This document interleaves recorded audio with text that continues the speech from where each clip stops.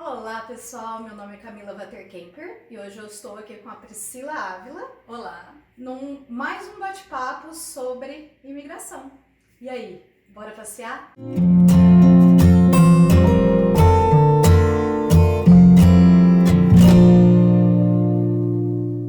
Então, Pri, eu sei que para vir para o Canadá tem muitas formas e pelo que eu tenho acompanhado e converso com as pessoas, eu tenho visto que a forma que o pessoal mais vem é com visto de estudante.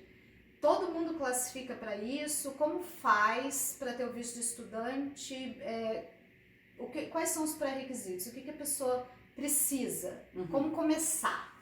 Então, assim, o primeiro passo para a pessoa aplicar para um visto de estudos, ela precisa estar no Brasil, ela precisa estar no país de origem. Essa é a regra geral. Existem algumas exceções lá previstas no artigo 215 das nossas regulamentações, mas a regra a pessoa precisa aplicar do seu país de origem. Ela precisa aplicar para um study permit, é uma permissão para você estudar no Canadá. E o que seria esse study permit? O que consiste? O study permit nada mais é do que uma autorização dada pelo oficial canadense para o estudante internacional vir estudar no Canadá para um curso superior a 6 meses. Ele precisa ser por um período superior a 6 meses, tá? Essa instituição de ensino, ela precisa ser DLI. O que é DLI? DLI. É Designated Learning Institution. Existem algumas instituições autorizadas pelo governo canadense a receber estudantes internacionais. Essas instituições, elas passam por toda uma avaliação e depois dessa avaliação, elas são classificadas como DLI, ou seja, elas estão aptas a receber estudantes internacionais. Por definição, todas as instituições primárias e secundárias são DLI, então elas já podem receber alunos internacionais. Agora, com relação às instituições de ensino superior, pós-secondary, que são os colleges, as universidades, elas precisam ser avaliadas e precisam ser classificadas como DLI para receber estudantes internacionais. Entendi. E pensando num futuro assim, sobre imigração, não é qualquer college, qualquer universidade que serve, né? É sempre bom ter um profissional ajudando para a pessoa, de repente, não gastar um dinheiro desnecessário. Isso, exatamente. O que acontece, né? Quando você passa um período estudando no Canadá, você ganha um período equivalente, até o máximo de 3 anos, para permanecer no Canadá trabalhando, que é o seu Post-Graduation Work Permit, né?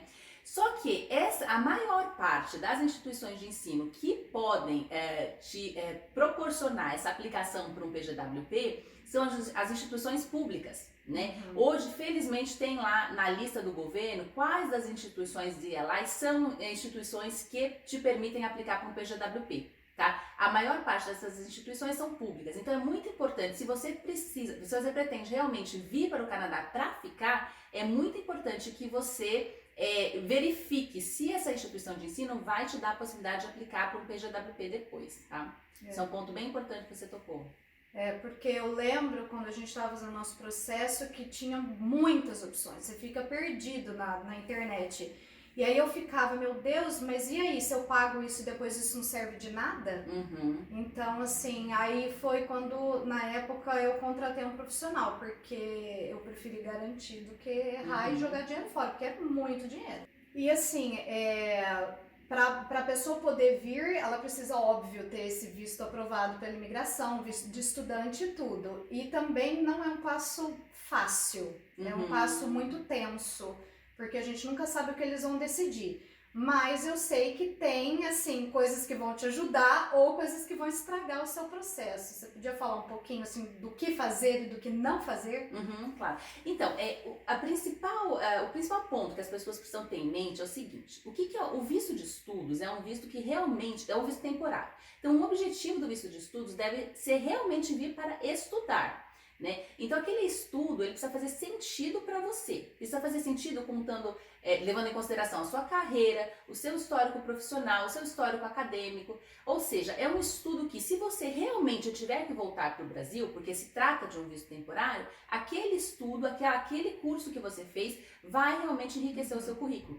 Então é isso que as pessoas precisam ter em mente, porque muita gente já vem para o Canadá pensando, eu vou estudar, depois vou pegar meu PGWP, depois eu vou imigrar. Tudo bem, esse é o passo a passo natural que a maior parte das pessoas acabam percorrendo.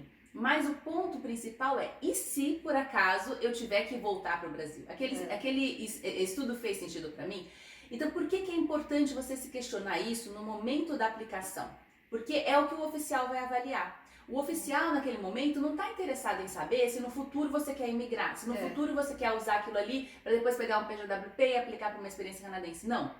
Ele quer olhar, aquela pessoa, ela veio estudar. Então deixa eu ver se esse estudo, esse curso que ela escolheu faz sentido com o histórico dela, né? Então esse é o primeiro ponto. E assim, não só a imigração tem que aceitar isso, mas eu acredito que a universidade, porque que nem no Brasil tem vestibular. E aqui, o que precisa para uma instituição ser aprovada? Assim, para você ser aprovado pela instituição. O primeiro ponto é assim, a universidade ela vai precisar te dar uma carta de aceitação realmente, que é um documento que você vai utilizar na sua aplicação para o visto de estudos. Agora, cada universidade tem os seus requisitos. Então, normalmente, quando você vai para um grau mais elevado, um mestrado, um doutorado, ou de repente uma validação de um diploma jurídico, alguma coisa do tipo, a nota de inglês vai ser uma nota superior a uma nota que você realmente vai precisar num college, por exemplo, né? Então, isso varia muito de instituição para instituição. Tem instituições que aceitam determinadas provas de inglês, tem outras que não vão aceitar aquelas. Ultimamente, no período da Covid, tem instituições que estão aceitando até a prova do Duolingo, para você ter uma ideia. Tem instituições que aceitam só o IELTS, aí vai ter que ser o IELTS acadêmico. Tem instituições que aceitam só o CELPIP, TOEFL, outros exames, né? Então, isso é de cada instituição. Tem instituições que vão olhar o seu currículo, o seu resumê, vão fazer uma série de perguntas ali para você, como se fosse uma matrícula mesmo, mas avaliando todo o seu background para ver se você está apto para ingressar naquele curso. Mas o principal realmente é a prova de inglês.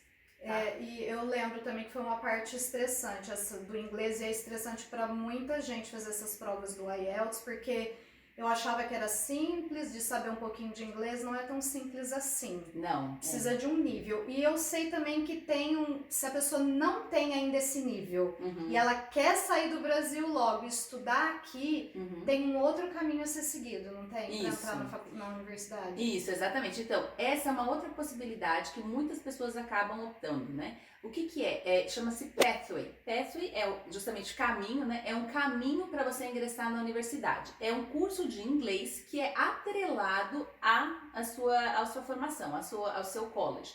Esse curso de inglês pode ser oferecido tanto dentro da própria universidade, quanto pode ser um curso que seja de uma outra escola que tem uma vinculação com aquele college, com aquela universidade, tá? Então, nesse caso você aplica, você faz toda a aplicação, apresenta todos os seus documentos, o seu currículo, o seu histórico e tal, e aí você vai receber uma carta de aceitação condicional, né? Letter of Acceptance, Conditional Letter of Acceptance. Você recebe essa carta de aceitação condicional dizendo que no momento em que você finalizar esses cursos de inglês, você está apto a ingressar naquele curso. Automaticamente. Tá? Automaticamente. Você passa por umas provas, mas são provas daquela própria escola de inglês ou da própria universidade ali que oferece o curso de inglês. Não é uma opção muito barata, por isso que normalmente eu aconselho os meus clientes a estudarem, se dedicarem a estudar para a prova de inglês. Por quê? O Pathway, dependendo aí da escola, ele vai custar numa média de $5.000 por módulo, né?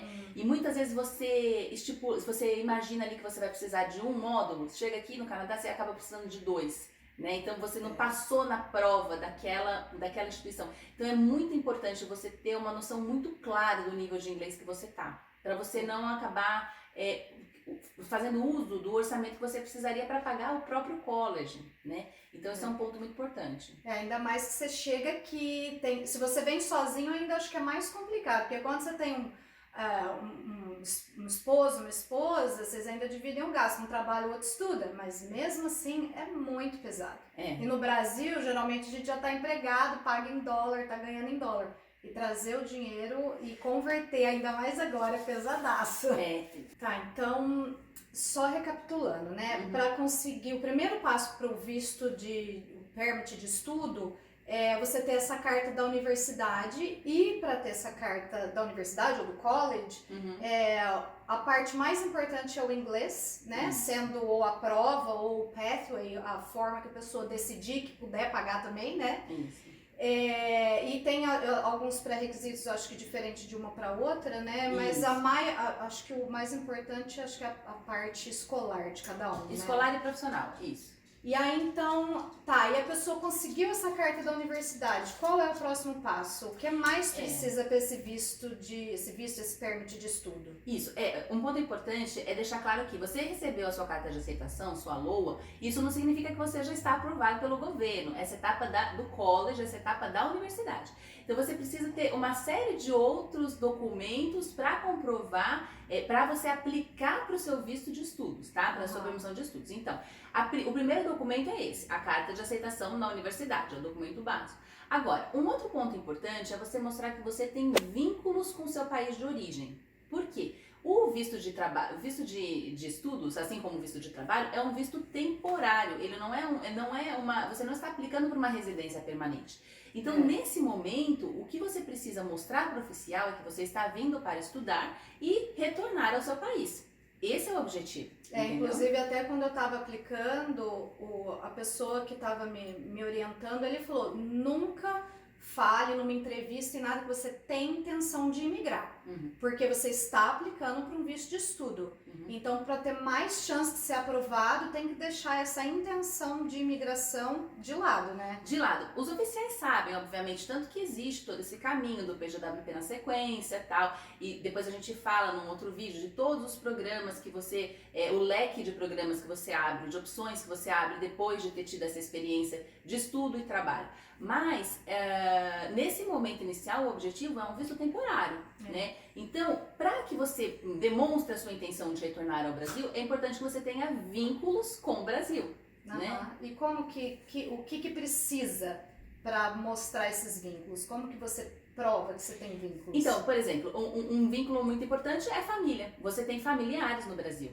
Né? Você tem propriedade, por exemplo, você não vendeu seu apartamento para fazer essa aplicação, você não deve fazer isso, né? Você tem, por exemplo, uma oferta até de emprego, muitas vezes tem gente que tem ali uma carta de um empregador falando, olha, no momento em que você retornar, o seu posto está aqui. Ou você tá você vai ser efetivado, né? Você tem esse tipo de situação que te prende, que te faz voltar. Muitas vezes a pessoa tem bolsa de estudos, né? Então ela precisa voltar, é obrigatório voltar. Então são situações que vão mostrar para o oficial de que você tem uma vida no Brasil. Algumas pessoas pedem licença, são funcionários públicos, pedem ali uma licença autorizada, né, na legislação brasileira. Então, assim, são situações que mostram para o oficial, olha, eu estou vindo realmente com o objetivo de estudar, de enriquecer meu currículo e de retornar para o meu país de origem. E eu não sei, assim, se ainda vale isso ou não, mas quando a pessoa viajou bastante para fora do Brasil e mostra que ela vai e volta, eu sei que isso pesou também, assim, para o visto até de turismo da minha família ser aprovado. Então, para comprovar que não tá vindo para ficar. Isso. Esse é um ponto interessante, porque realmente é um ponto que os oficiais acabam levando em consideração, o histórico de viagens, sim. Mas até o ano passado, em 2019, foi legal você tocar nesse ponto, porque saiu uma decisão, Adam versus Canada, que diz que unicamente a falta de histórico de viagens não deve nortear o oficial a dar uma negativa. O mero fato da pessoa não ter histórico de viagem não deve por si só, sem análise do resto do conjunto probatório, fazer com que a pessoa não tenha aquele visto aprovado. Então, assim, na pior das hipóteses, se essa foi a única fundamentação da sua negativa, você tem argumento para entrar na esfera judicial e reverter essa decisão do oficial, tá? Por isso que eu sempre faço as coisas como profissional, porque eu morro de preguiça de pesquisar, eu já nem sabia dessa informação. Eu sempre prefiro que alguém que tem experiência, que só faça isso, me auxilie, porque, nossa, são muitos detalhes. São vários detalhes. Para a aplicação ficar bem redondinha, realmente não basta ali só preencher formulário, não. Você precisa convencer o oficial e realmente esse trabalho é muito melhor feito com o auxílio de um profissional. Outra coisa assim que eu acho que pega para todo mundo e que eu vejo muita gente perguntando é da comprovação financeira. Quanto que a pessoa precisa comprovar, se ela precisa ter dinheiro no banco, se só imóvel vale, se assim, além do valor do college, Uhum. quanto a pessoa precisa comprovar? Tem, assim, mais ou menos uma estimativa? Eu não sei se mudou desde a época que eu vim. Uhum. Então o que acontece? Existe um valor lá no site, né? Hoje é 10 mil para o aplicante, 4 mil para o acompanhante, 3 para cada filho, mas você precisa estar sempre atualizado com esse valor. E o que acontece? Esse valor é um valor justo, você não deve nunca apresentar só esse valor. Esse é um valor mínimo, você sempre tem que colocar ali uns 35% a mais para que a sua aplicação fique segura.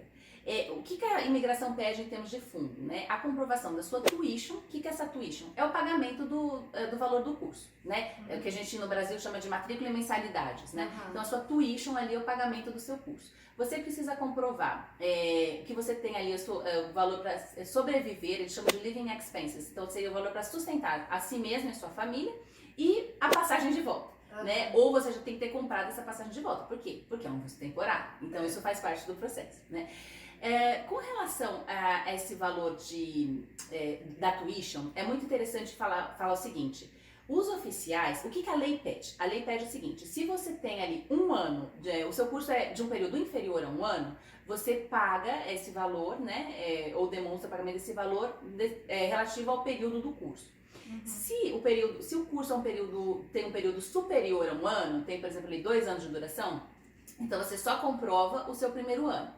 Só que as pessoas acabam não se dando conta de que o oficial vai olhar se ele tem aquele dinheiro para pagar o segundo ano. Então tem gente ali que faz uma aplicação para 2 anos, prova o pagamento do primeiro ano e não tem mais dinheiro na conta para pagar tuition, né? Ela tem ali o valor exigido para a prova de fundos, mas ela precisa ter em mente que ela tem que ter esse valor antecipado, porque o oficial vai olhar. Você não pode contar só com o seu período de trabalho no Canadá, né? Que você tem ali como estudante 20 horas semanais para trabalhar e o seu cônjuge pode trabalhar, mas o oficial quer ver pelo menos a tuition. A tuition tem que estar ali. Entendeu? Porque senão você acaba recebendo uma negativa por conta disso. Por isso que a gente fala, não se baseia somente nesse valor justo que está ali previsto no site. Você precisa ter ali uns 35%, se possível 40% a mais. Então seria, que você tinha falado, 10 mil para o aplicante principal, 4 para o cônjuge, 3 para cada filho no ano. Isso, para o primeiro ano. É o básico, né, gente? Porque um filho não vai gastar só 3 mil no ano.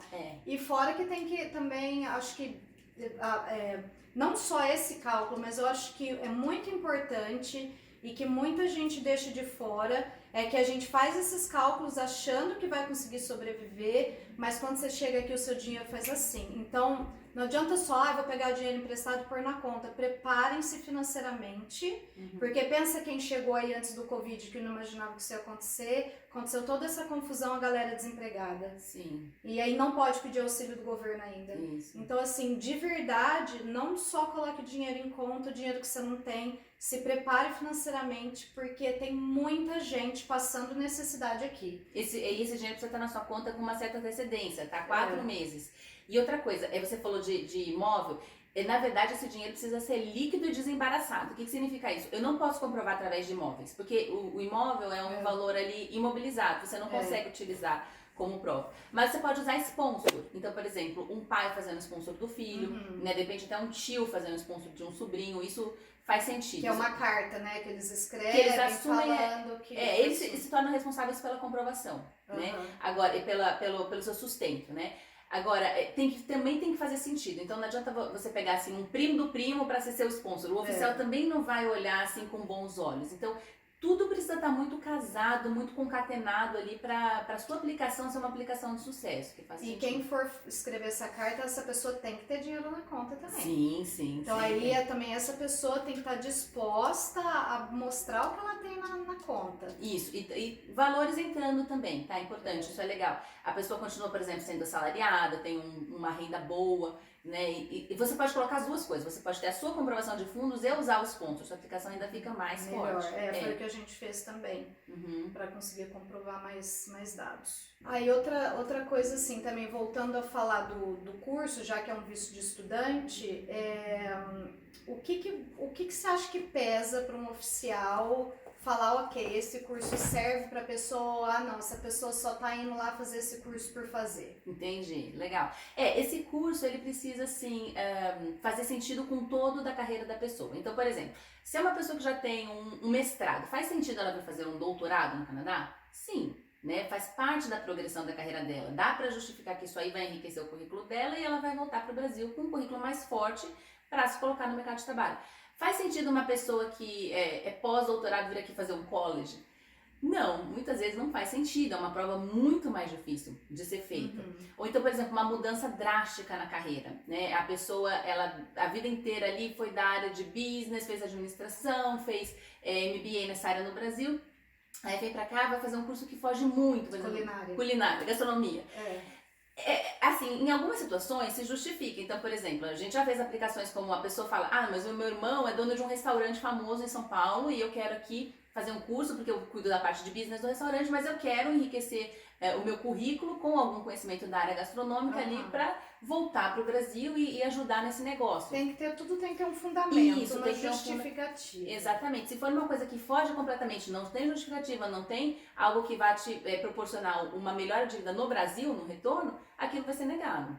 E assim, quando a gente foi escolher o curso, ou mesmo escolher qual dos dois ia estudar, né, ou eu ou o Leandro, eu fiz pesquisa no meu campo de formação e o Leandro também fez pesquisa no campo dele de formação, mas o que a gente tinha em mente era assim, tá, e se nada der certo, se depois a gente não conseguir imigrar, a gente perdeu dinheiro, perdeu tempo, pelo menos assim, o curso que o Leandro escolheu, se ele voltar para o Brasil, ele consegue usar e trabalhar no Brasil. Então, pelo menos para não perder dinheiro e tempo, né? E é isso que o oficial vai pensar. Por isso que ainda que você fale, não, mas eu não vou voltar para o Brasil de jeito nenhum, nunca mais quero pisar. Não.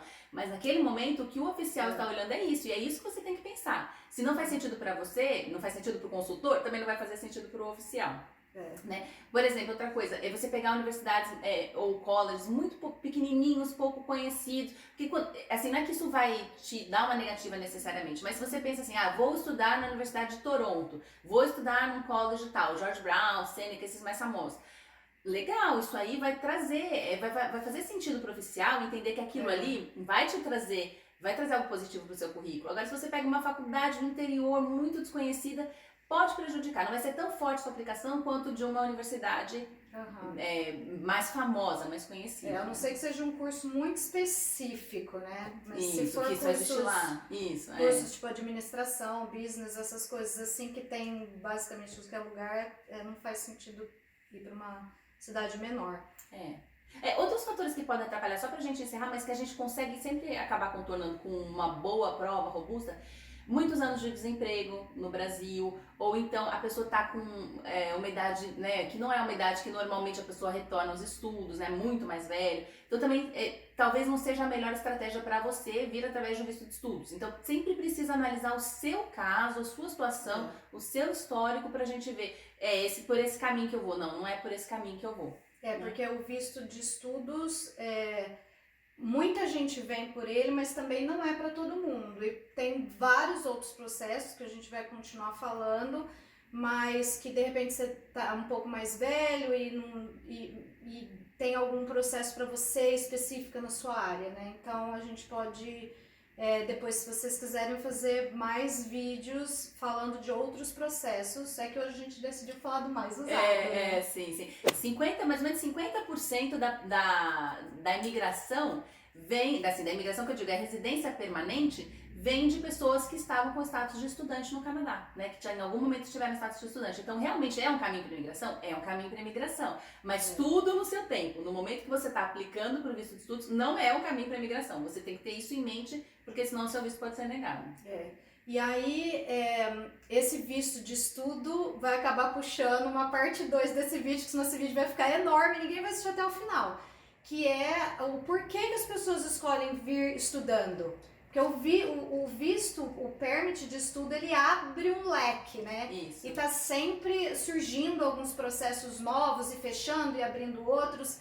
Então esse vai ser assunto para nosso nosso vídeo de permit de estudo, parte 2, que a gente vai falar quais são esse leque do momento, né? Quais são as opções que você teria terminando o seu college, tá bom? Espero que vocês tenham gostado desse vídeo. Fiquem ligadinhos aí e até a próxima. Até a próxima.